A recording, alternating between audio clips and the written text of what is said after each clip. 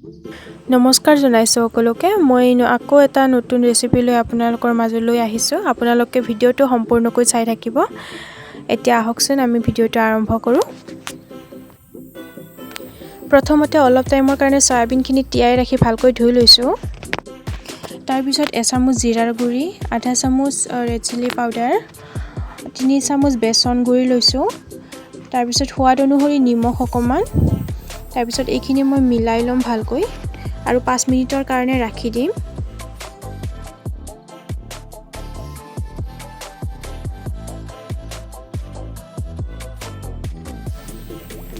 আৰু এইফালে মই কেৰাহীটো গৰম হোৱাৰ পিছত 1 কাপ তেল দি সয়াবিনখিনি ফ্ৰাই কৰি ল'ম। এইখিনি ফ্ৰাই কৰা হৈ গ'ল। তাৰপিছত আকৌ অলপ তেল দি তেজপাত এখিলা, ডালচিনি এপিচ, তাৰপিছত সৰু সৰুকৈ কাটি লোৱা পিঁয়াজ এটা ধুনীয়াকৈ ভাজি ল'ম অলপ ৰঙা হোৱালৈকে। 2টা বিলাহী গ্ৰাইণ্ডাৰত মই পিচি লৈছিলোঁ, সেইখিনিও দি ল'ম।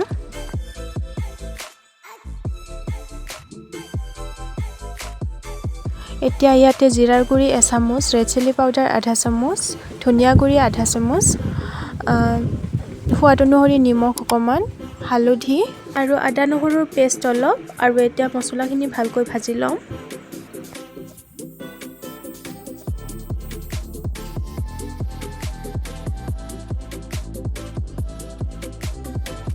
এতিয়া মছলাখিনি হৈ যোৱাৰ পিছত মই সয়াবিনখিনিও দি লৈছোঁ।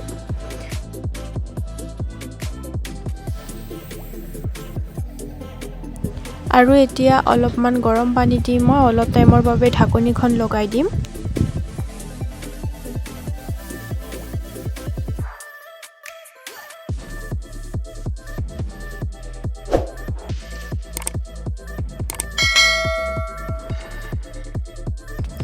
চাওকচোন হৈয়ে গৈছে। আৰু এই ৰেচিপিটো বনাবলৈ একেবাৰে সহজ, বেছি টাইমো নালাগে আৰু খাবলৈও বহুত সোৱাদ।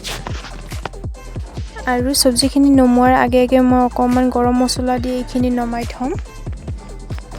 আপোনালোকেও এবাৰ এই ৰেচিপিটো ট্ৰাই কৰি চাওক। বনাবলৈ একেবাৰে সহজ আৰু খোৱাৰ কথাটো ক'বই নালাগে, বহুত বেছিয়ে ভাল লাগে।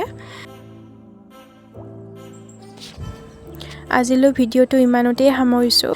আপোনালোকে ভিডিঅ'টো চাই কেনে পালে প্লিজ কমেণ্টত জনাব। ভাল লাগিলেও জনাব, বেয়া লাগিলেও জনাব। যদি ভাল লাগিছে তেতিয়া লাইক কৰিব, কমেণ্ট কৰিব আৰু চেনেলটো প্লিজ ছাবস্ক্ৰাইব কৰি দিব। আজিলৈ বাই বাই।